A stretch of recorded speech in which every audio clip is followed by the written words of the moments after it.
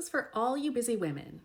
Does perfectionism prevent you from getting started on your goals because you are always waiting for the right time or you need things to be just right? In essence, it could be your fear of what other people might think of you. It could be the fear of never being good enough or the fear of failure. It's the illusion that if you make everything perfect, no one can put a finger on anything. No one will see your shortcomings. No one will see your fear, and that you really don't know what you're doing. So, what do? You work harder. You stay stronger. You criticize and pick apart your own work, and sometimes other people's work in that case. You keep changing and tweaking your goals. And no matter how hard you work and how many compliments you get, you simply don't believe that you're good because you know deep down that it's not perfect, that it could be better. Does this sound like you? So, how perfectionism really affects your life is you start to struggle to finish the creative things that you've started.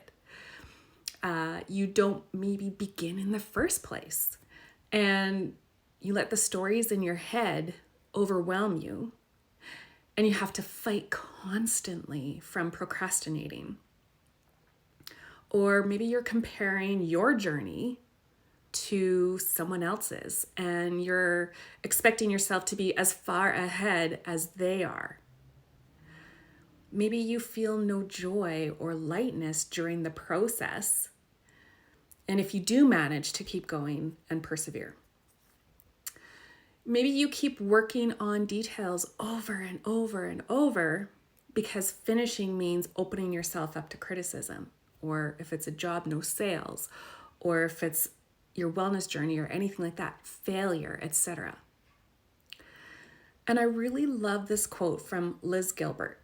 She said, "Perfectionism is the murder of things like grace, joy, spontaneity, wonder, humility. And it is fear in high-heeled shoes.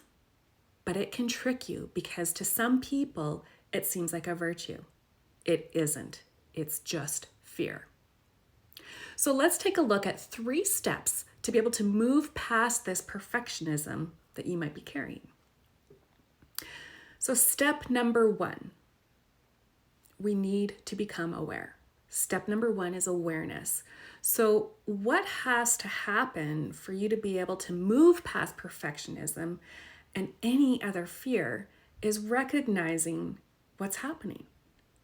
Paying attention to what is stopping you from doing the work and working on your business or your project or your wellness journey or whatever it is that you have been procrastinating on. And when you find yourself redoing something or restarting or revamping or twerking or whatever it is, you're working for the 10th time, stop a minute and check with yourself. Why are you doing it? If you're resisting taking on a new project, big or small, ask yourself, why is this? What are your expectations? What's holding you back? Step number 2 is to lower your expectation or get rid of your expectation altogether. The best strategy is to lower your expectations and go for good enough. I literally say these words out loud to myself when I'm working on any projects or when I'm working on my journey. And I'll say, it's not perfect, but it's good enough. And then I hit submit, or I go live, or I hit send. I just show up and I do it. It's not going to be perfect. It's going to be perfectly imperfect. And that is me, because perfect will never happen. There is really no such thing. So just do good enough, and I promise you, it will be enough.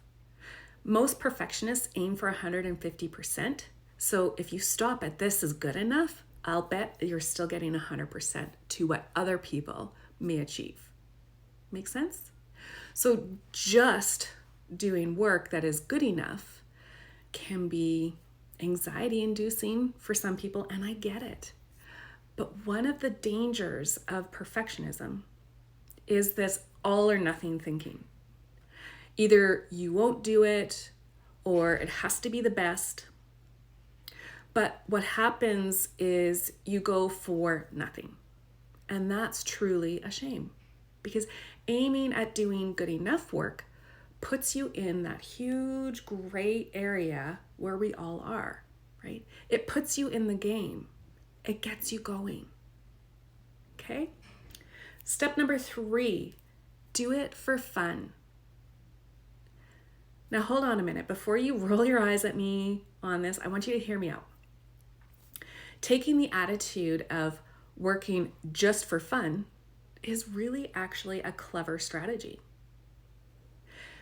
because perfectionism is fear based on your amygdala, or that fear part of your brain, right? It's an attempt to keep you safe from danger, right? From other people's critical opinions.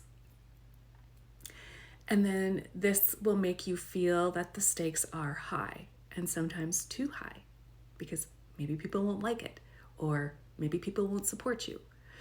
But doing work for fun, for yourself, tells your amygdala that it does not matter, that it's only for fun, so there's no stakes. There's no pressure to perform, right? It gets way smaller, and you'll find that it actually gets easier to finish your work. So this change in attitude is the difference between sitting down to tackle that project, or just waking up and getting started on that wellness journey, or starting to change your lifestyle habits, right? Because you really enjoy doing the thing that has been taking away the pressure, right? When you take away the pressure, all of a sudden it's fun and it's exciting, and it's just for your enjoyment. Perfectionism and joy don't go together. You have to pick one, right? And there's so much silly, bad, wonderful, creative, and interesting work out there. So you might as well just add to it, right? Be a part of that. Have fun with it. So I want to share with you some affirmations to help you get rid of perfectionism if this is something that you personally struggle with. And they are: today I'll work on seeing the positives. Today I will focus on what is possible. I handle criticism with ease. I am thankful for all that I have. I don't worry about things I can't control. So now I invite you to go off and just do good enough today and have fun doing it.